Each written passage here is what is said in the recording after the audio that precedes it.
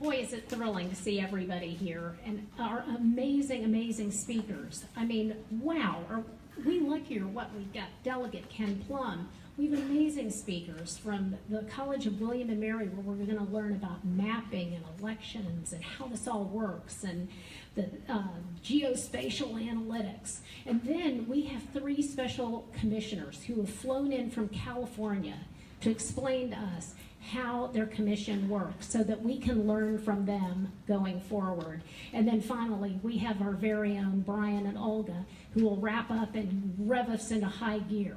So with that, I am thrilled to kick off this program and introduce Delegate Ken Plum, because not only am I a constituent of his, but he has sponsored redistricting legislation for many, oh so many years. And so please join me in welcoming Delegate Ken Plum.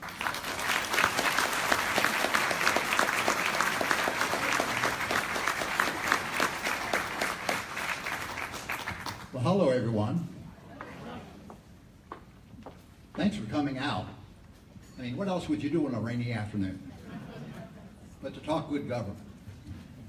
And I also want to especially thank the League of Women Voters for putting on a program like this, and the One Virginia 2021, one of my favorite new organizations in town, for the good work they're doing. So for much of my career, I have spent some time talking to people about what is redistricting and what is gerrymandering, and most recently, what's jury rigging. But because of the good work of groups like One Virginia 2021 and League of Women Voters and others, I think it's safe to say that you all now know what redistricting is, and you know the mischief that can occur with gerrymandering and jury rigging. You see, it was back in the 1970s, yes, it was in the 1970s, that the organization then prominent was Common Cause. And one of its members from McLean was named, this is for real, Charlie Brown. And I don't know, did I know Charlie Brown? No. Okay. Well, I guess that tells my age as well as yours. But he started talking to me about gerrymandering, and of course we had just at that point in time come to do a better job of what we called it at that point in time apportionment.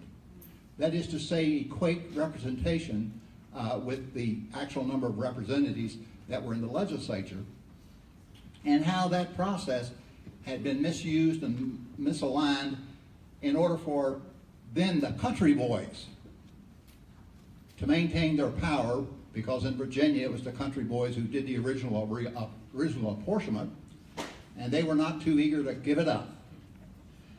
And Charlie talked to me about how some states and others had looked at how it might be that you could, through a different process, get some fairness in the process of divvying up legislative power.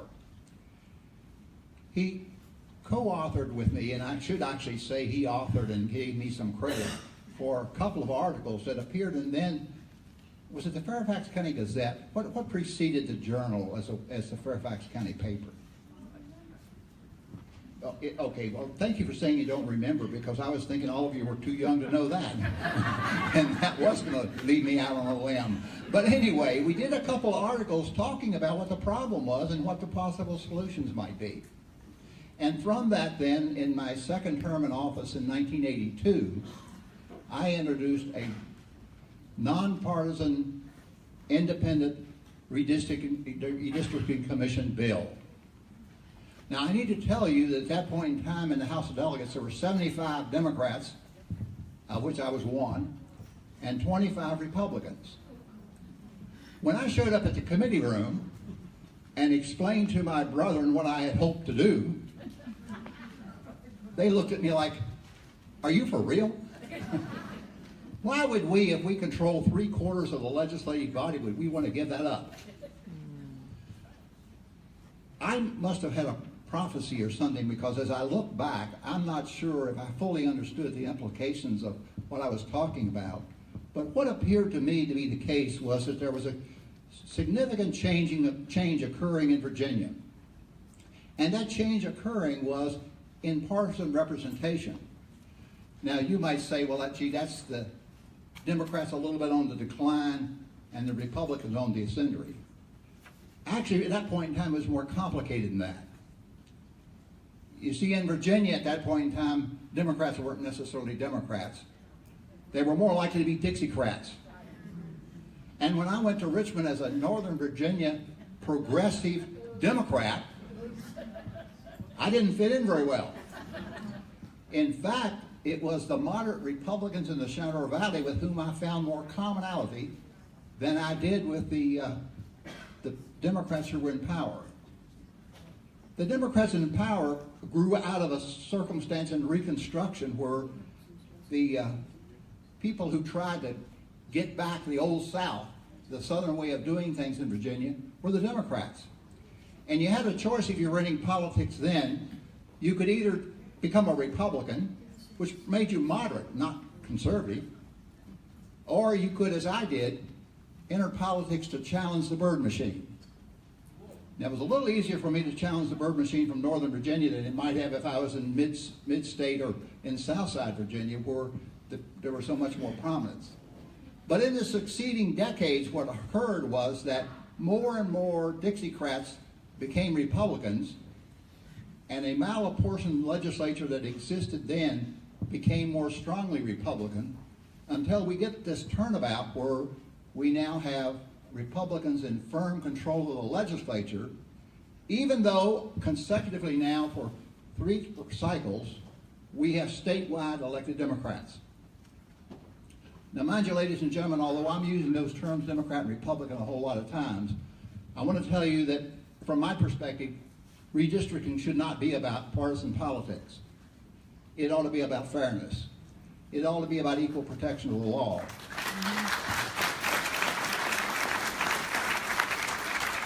I didn't introduce the bill because I thought it would keep Democrats in office.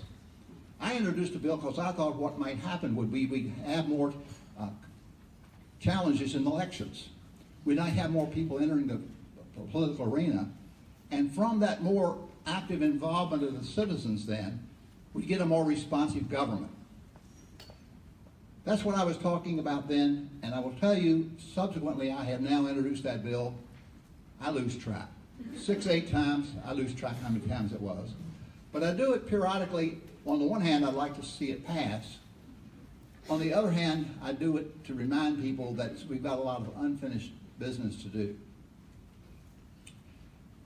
Every time I go back now to Republican-controlled Privileges and Elections Committee to present my bill, invariably what they will say is, oh yeah, you feel that way now because we're in power and you want to take back our power. It gives me great delight to pull out that old yellow sheet of paper that was my 1982 bill and say, see, I did it back when we had 75 delegates. Now, I'm not suggesting to you that somehow I'm such a great guy and a good guy, whatever. What I'm suggesting to you is that we've got to have a continued discussion, an honest and open discussion about where we are with redistricting and the consequences of where we are. Ultimately, the winners of a fairly apportioned districted legislative body will those who are responsive to the voters, those that are responsive to the issues at hand, and that's what will lead to good government. That's what a fair redistricting ought to net. It shouldn't net one party over another. It ought to net people whose commitment is to representing the issues that are significant to the population and the issues that are that for which there has been little response in the past. So, how is it this plays itself out then, where we have each census time we now get, and I need to tell you that when I started in this business, we were doing it with a sharpened pencils and green eye shades. You didn't have the computer power that you have now to be able to divvy up the districts. Some here no doubt remember Delegate Dorothy McDermott. Oh yeah, okay. League of Women Voters, you would know Dorothy McDermott. I was honored to campaign with her on many occasions because then the process in the early beginning was that we didn't have single-member districts, we had multi-member districts. And so Dorothy and I would campaign together, and we were part of a 5-person district. Since I lived in Reston and she lived in Vienna, it was convenient for us to ride together. And I will tell you that although she was a bit senior to me, I still had trouble keeping up with her.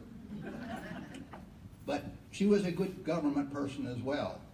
And what happened with those districts that were multi-member, it effectively diluted our ability to run for office, because Dorothy and I were running as part of a 10-person tally for 5 seats. And that was an easy way at that point in time to kind of keep the suburbs, if you will, under control.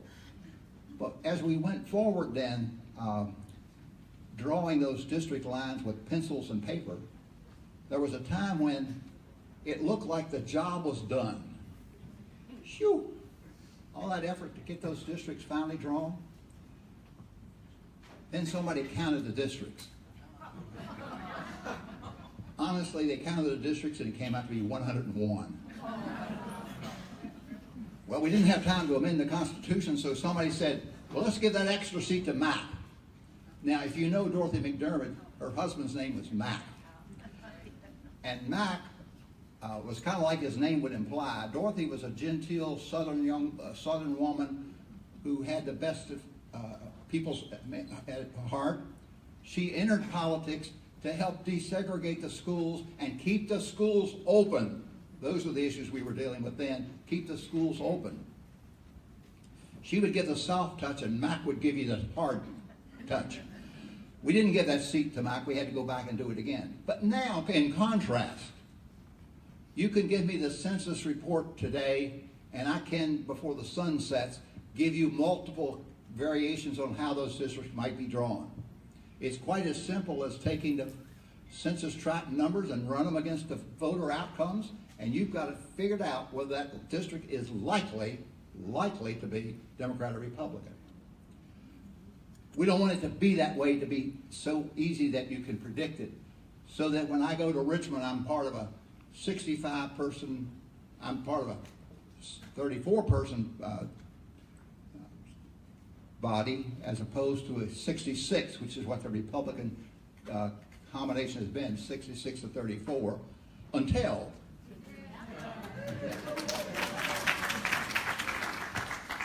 and ladies and gentlemen, I bring this up for this reason. If we've had trouble getting this districting thing straightened out, and we have, I've been at it decades, and I know that some of you have been at it decades, there is hope, I believe, on the horizon. And how does that hope come about?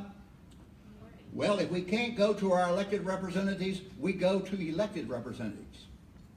And we put enough pressure on the legislative body to say this is what the people's will is, and we work hard to make it come about. That's not my idea.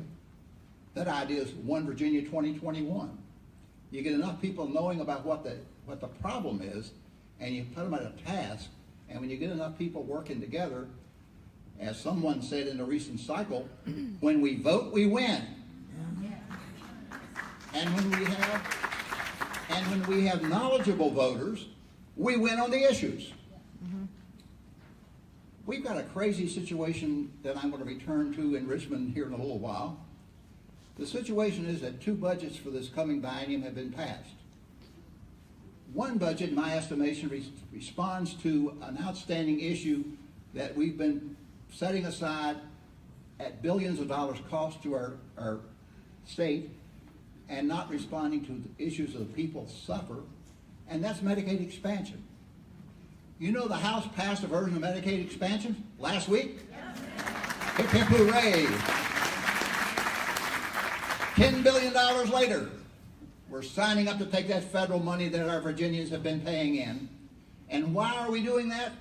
Because you know already, I no longer am part of a delegation of 34, I'm part of 49. And you know what? If we'd have won 2 more elections, there's an outside possibility I would be Speaker of the House of Delegates. By then, when the people get activated, when they understand the issues and they go to work on them, we bring about change. And I would suggest to you that we not only do we need to bring about change in terms of how we do our legislative districts, we need to recognize and help other people appreciate when we get the districts right, we're going to get the issues right. Can you explain to me why? Why could you explain to me, do we have this continuous number of gun violence? How many more shootings does it take? How many schools have to be attacked? Churches, homes, and other places before we say we're going to do something about controlling gun violence? How much longer does it take? It takes as long as the legislature represents the people's interests. Because if you do a public opinion poll, the public opinion polls are clear. People want sensible gun laws. Not talking about taking away people's constitutional rights, not talking about taking away their guns. We're talking about sensible laws that say that if you're violent and you've demonstrated you're violent, you're not going to run around with a gun.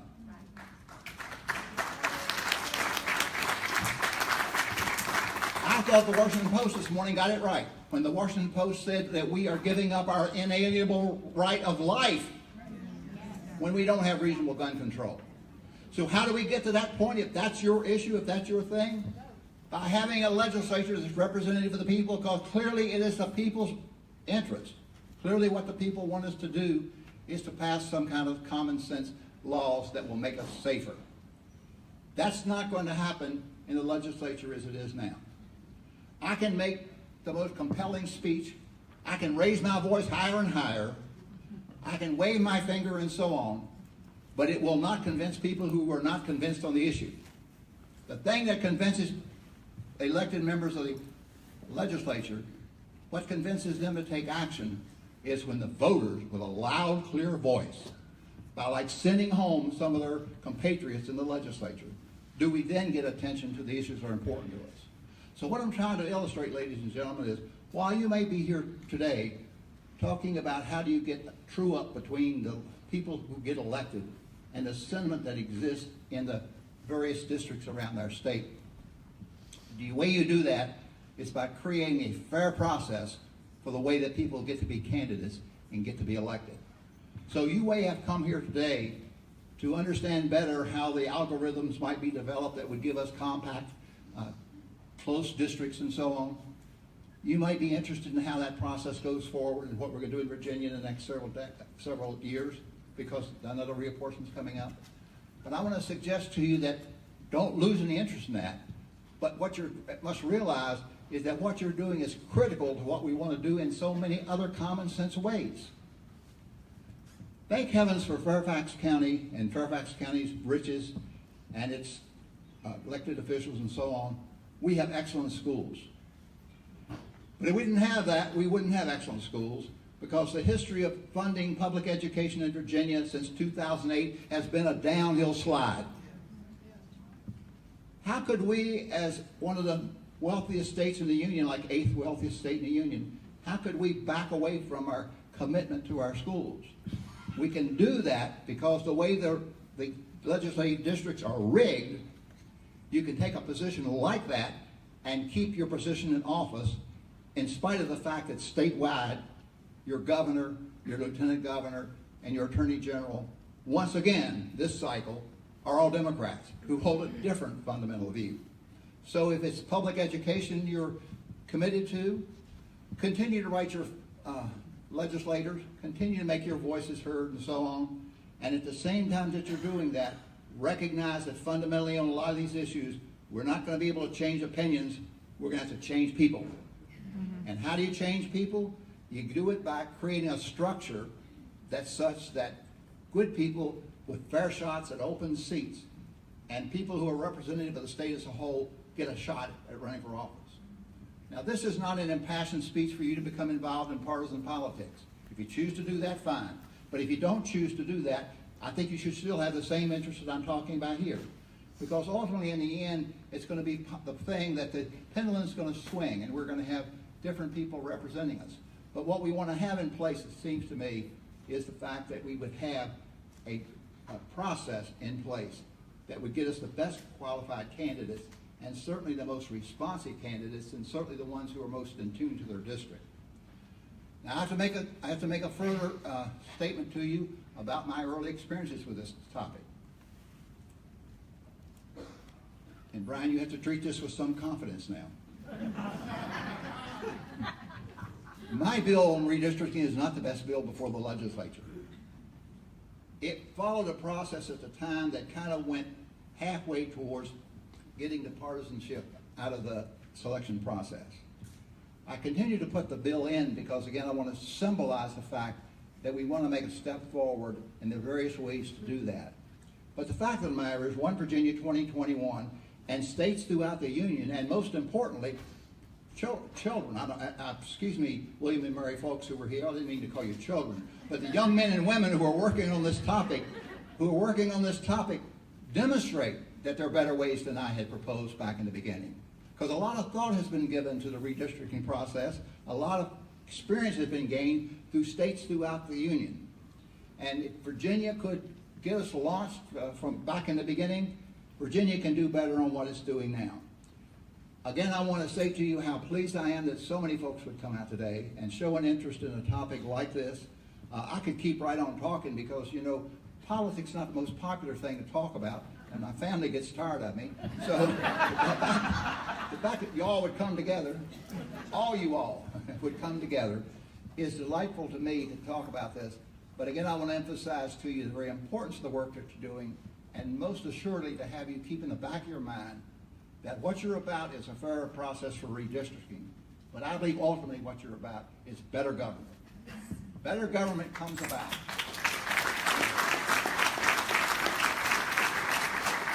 Better government comes about when you've got people who are committed to public service, who offer themselves to run for office, who then, as a result of that, are responsive to the issues that people face. And when you get that, you get better government. And I think you get a better response to some issues that we have in Virginia that are unaddressed. So bless you for what you're doing. You're doing the Lord's work, and I look forward to working with you in the future. Thank you for having me today, and keep up the good work.